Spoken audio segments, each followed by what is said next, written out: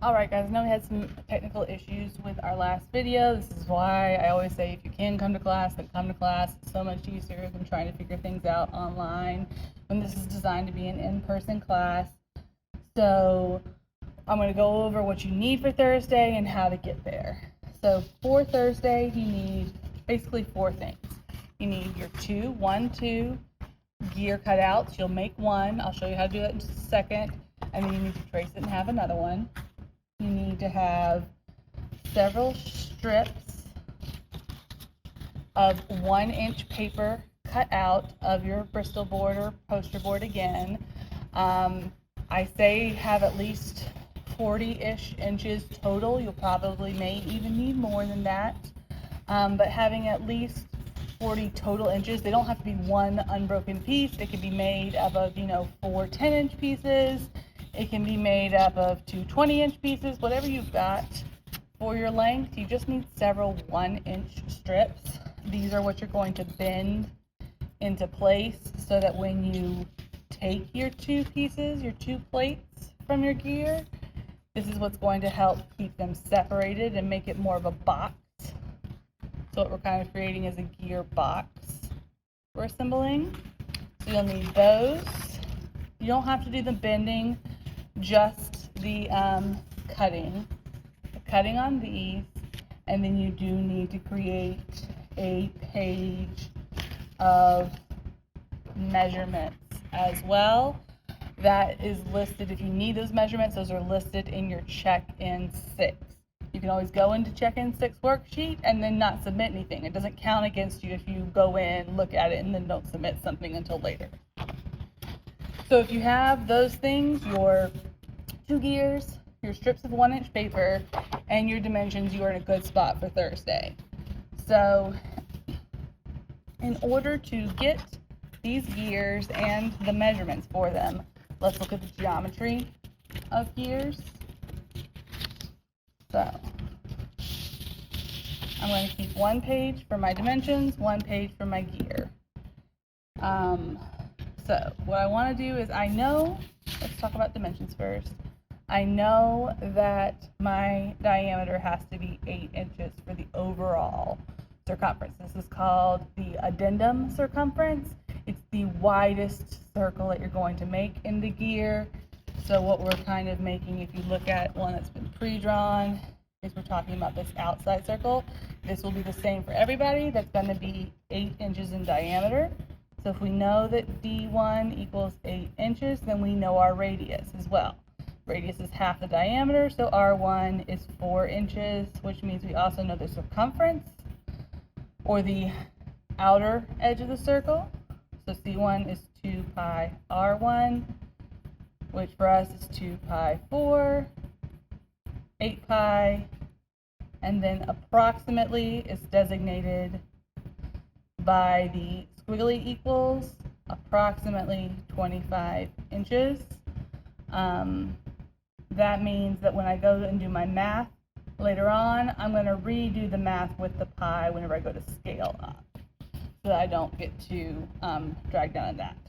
That is your first set of measurements, and also that circumference formula as well. So you've got the first set of measurements already done.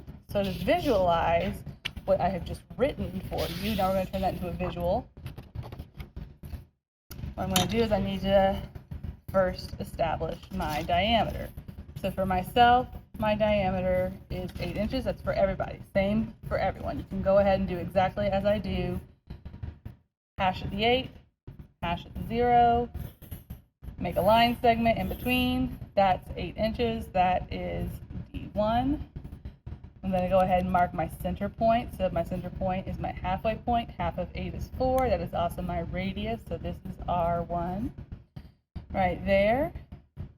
So I now have my center point. At this point, if you have a compass, all you have to do is, if you have a compass where you put the pencil in, you put the pencil in there. If you have a compass that has a little bit of lead, then you don't have to worry about that part, but you're going to put the needle point or the center point of your compass over the middle. You're going to make it as wide as your radius, so that's half the diameter, and then you're just going to keep the center point here and draw your circle out all the way around. If you do not have a compass, you're going to kind of have to fudge your way through it, basically by making the radius come out from the center point at various points. So I'll line it up with the center. I'll usually do one at the very top. I'm not going to do the whole line segment because that's going to be confusing when it comes to your pie pieces. So I'm just going to do the mark at the 4 for the radius. I might move the angle over a little bit. Again, always realigning myself over that center point with my radius number, which is 4, before I do my hash at the 0. The more of these you do, and the closer you space them together, the easier it's going to be for you to make a smooth circle. If you only do 4 points, you're going to really have to work to make that circle happen. On your freehanding, if you do several points as you go along, you will get a better, more complete circle.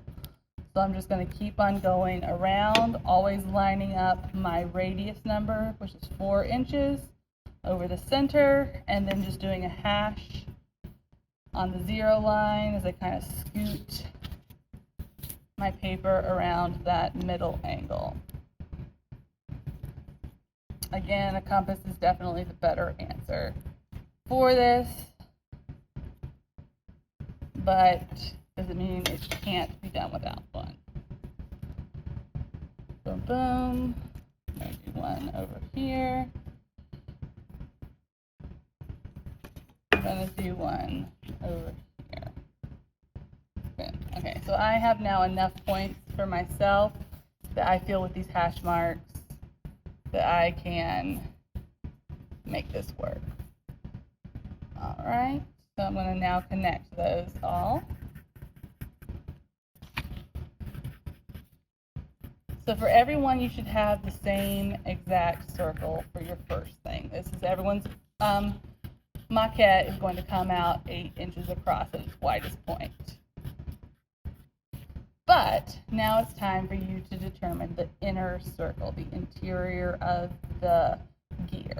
Basically, the shorter the radius of your interior circle, the smaller that R2 becomes, the longer your spokes are going to be, the teeth of your gear.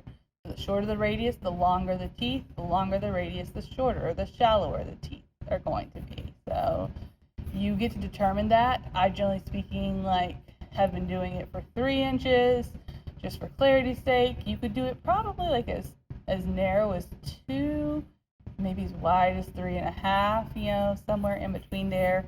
But regardless of that, go ahead and measure out what you want your R2 to be. You know what, let's say for this time that I want my R2 to be 2 inches. I'm just going to make my interior circle a little bit smaller this time. So I'm going to hash it on my diameter line where I want R2 to be, and then I'm going to just take a moment to go back to my math and to do the math now for R2 and for D2 and for C2.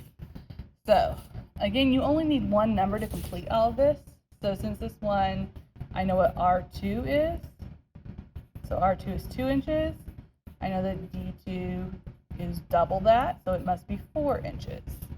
Because I know R2, I can also do C2. So C2 equals 2 pi R2 equals 2 pi 2 equals 4 pi equals approximately 4 times 3.14, which is approximately pi, gives me 12.56, or about 12.5. Again, the tildes let me know that it's about, the equal, squiggly equal lets me know it's about 12.5 inches. There's a little bit of variance.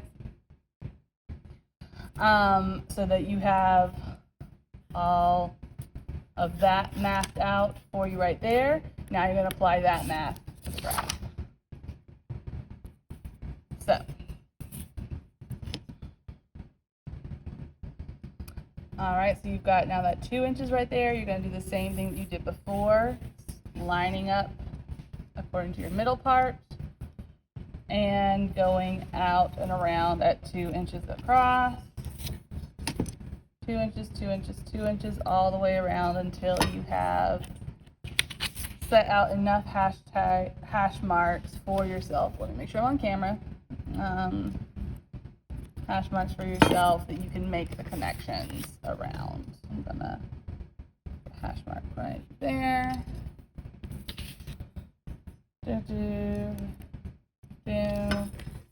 Keep going around and around. 2 inch mark. 2 inch mark. So again, this is going to be unique to each of you. You can tell that this one, because it has such a small center section to it, is going to have pretty long teeth, which is fine. Depends on what your design is as to what it calls for. So if you want something that's like long and thin and kind of elegant, you might choose longer, thinner teeth. If you're wanting something that's like a little bit more solid, stable, static in nature. We talked about the difference between static and dynamic form. You might choose something that has shorter teeth and a longer radius for R2. So I have now established my interior and my exterior. The exterior is the same for everyone. The interior is going to vary depending on yourself. So I've got the interior and the exterior. Now I need to establish my division of angles. So basically, how many slices of pie am I separating myself out into? The number of slices corresponds to the number of teeth I choose. If you are looking at a culture that has specific numbers that it considers to be sacred, you may want to incorporate those numbers into here. The only thing that I am going to say as a restriction for this is that it needs to be more than 4 teeth, because 4 teeth are less, and it doesn't even look like a gear anymore. It just looks like a Coptic cross kind of a thing. So you do need to make sure that you choose 5 or more teeth. So for your angle of separation right here, that is how many degrees are in each slice. It's what's going to give you even slices. That is going to equal the number of teeth plus the number of spaces, which is always the same as the number of teeth. So basically double the number of teeth, and you want to divide 360 degrees by that. So if I was doing, let's say I wanted to do 5 teeth, then I would do 360 divided by 5 plus 5, so 360 divided by 10, which that's pretty easy. That just means that each slice needs to be 36 degrees. So the degrees is helpful for you as being separate from the inches right there. Inches are for the ruler, degrees are for your protractor. Whoops, wrong way. Degrees are for your protractor right there. So now that I know that I need 36 degrees in order to have a gear with 5 teeth and 5 spaces in between each tooth, I now can use that to divide up my plane. All right, so in order to divide up the plane, I'm going to need the protractor. I need some sort of a protractor right here. The things you're going to be aware of, if the protractor is this little crosshairs right here, those need to line up with your center point. And then the 0 mark right here needs to line up with whatever line you're starting off of. So for myself, I'm going to line up these crosshairs with the center of my circle. Look at how well that lined up. Pretty nice. I'm going to line it up with that. And then I'm going to start on my 0. And then I know from my math, it's every 36 degrees I'm going to go. So first one will be 36. Then we'll go on to 72. Then we'll go on from there and so on and so forth. So we'll start off with 36 degrees. We'll go on to 72 degrees. Then we'll need 108 degrees. Then we'll need 104. 108. Then we'll need 142. And then that should bring us back. I'm sorry, not 142, 144, Dirk. And then that should bring us back to 180. And then you'll do the same thing on the other side. If you're using the same degrees, or if you're using the same number of degrees for every one, it should always eventually add back up to 180 and then 360. So starting again from this side, 36, 72, 108, 144 right there, and then my 180. So now I've got my slices of pie. Again, to reiterate, everyone will have the same outer circle. We will have different inner circles, and we will have different slices of pie. But as long as you do the math correctly, you should come out evenly. Then I'm going to make sure that I line up my center point through a hash. I'm going to make my slices now. So I'm connecting the hash to the center point. If you don't connect the hash to the center point, if your line is going over here, then you're going to divide up your angle weird. So you want to make sure that hash connects to the center, hash connects to the center. I'm going to do that until I come all the way around. Of course, I've already got this one, so I don't need to redo it. Hash to the center line, hash to the center line,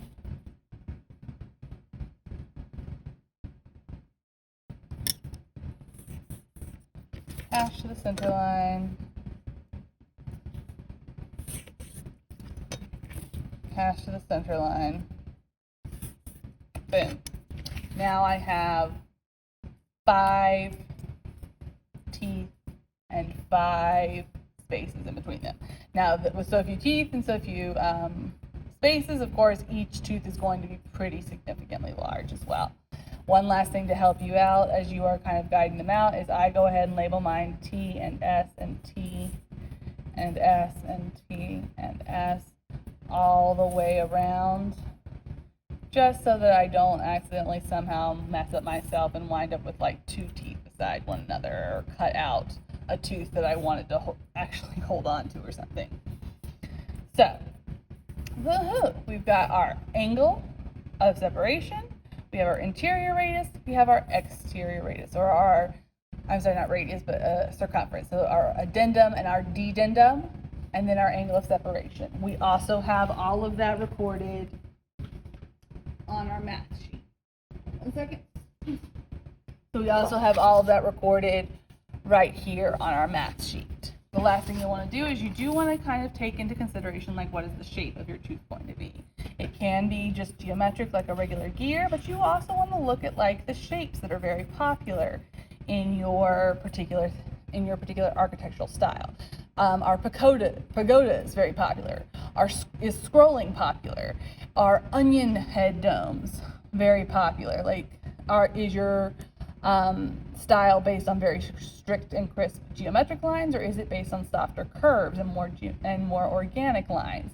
You can make these organic, you can make them geometric, but whatever you do decide, you want to incorporate that into the shape of the piece before you cut out your outline.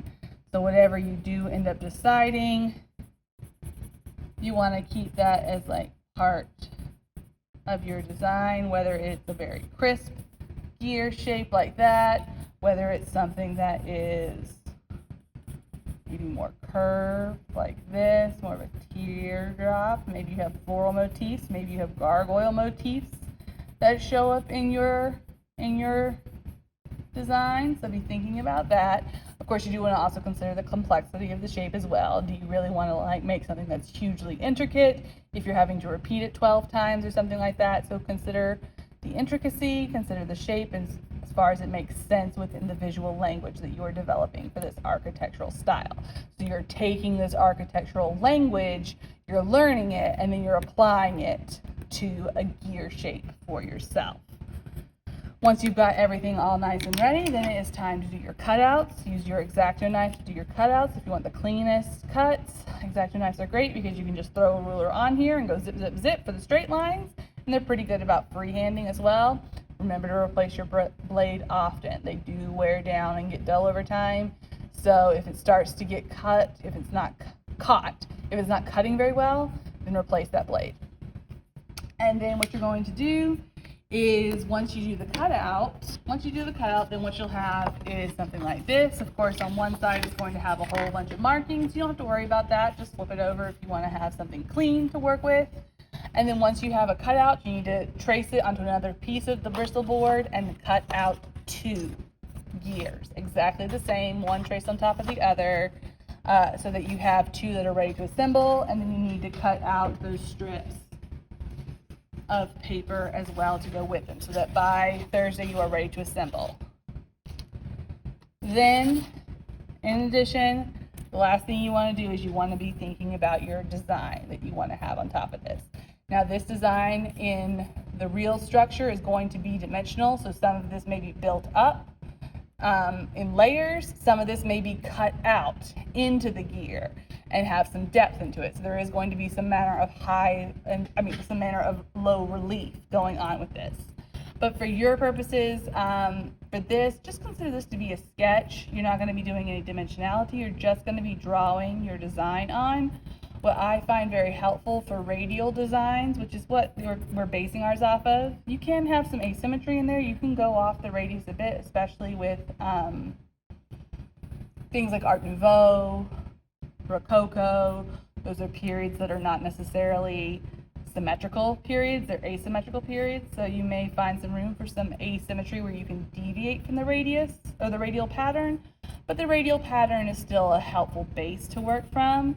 So what I like to do is I like to make a segment that is the width of 1 tooth plus 1 space right here, and then in that segment I'll do like maybe 3 to 4 different design elements that I think are embodying my particular architectural style. So you can see right here there's 3 quick architectural elements. Now these don't really correspond in my mind to any period in particular. So if that's not, you do want to make sure that whatever choice you make speaks to your particular aesthetics and the visual language of your architectural period that you're researching. So don't forget to incorporate aesthetics into your visuals as well, but you do want to go ahead and get a radial design as an initial outline for your work as well, so that when you come in on Thursday, you have an idea of the steps that you're going to be taking, and I'll show you also at that point how to translate these shapes into your notebook as well.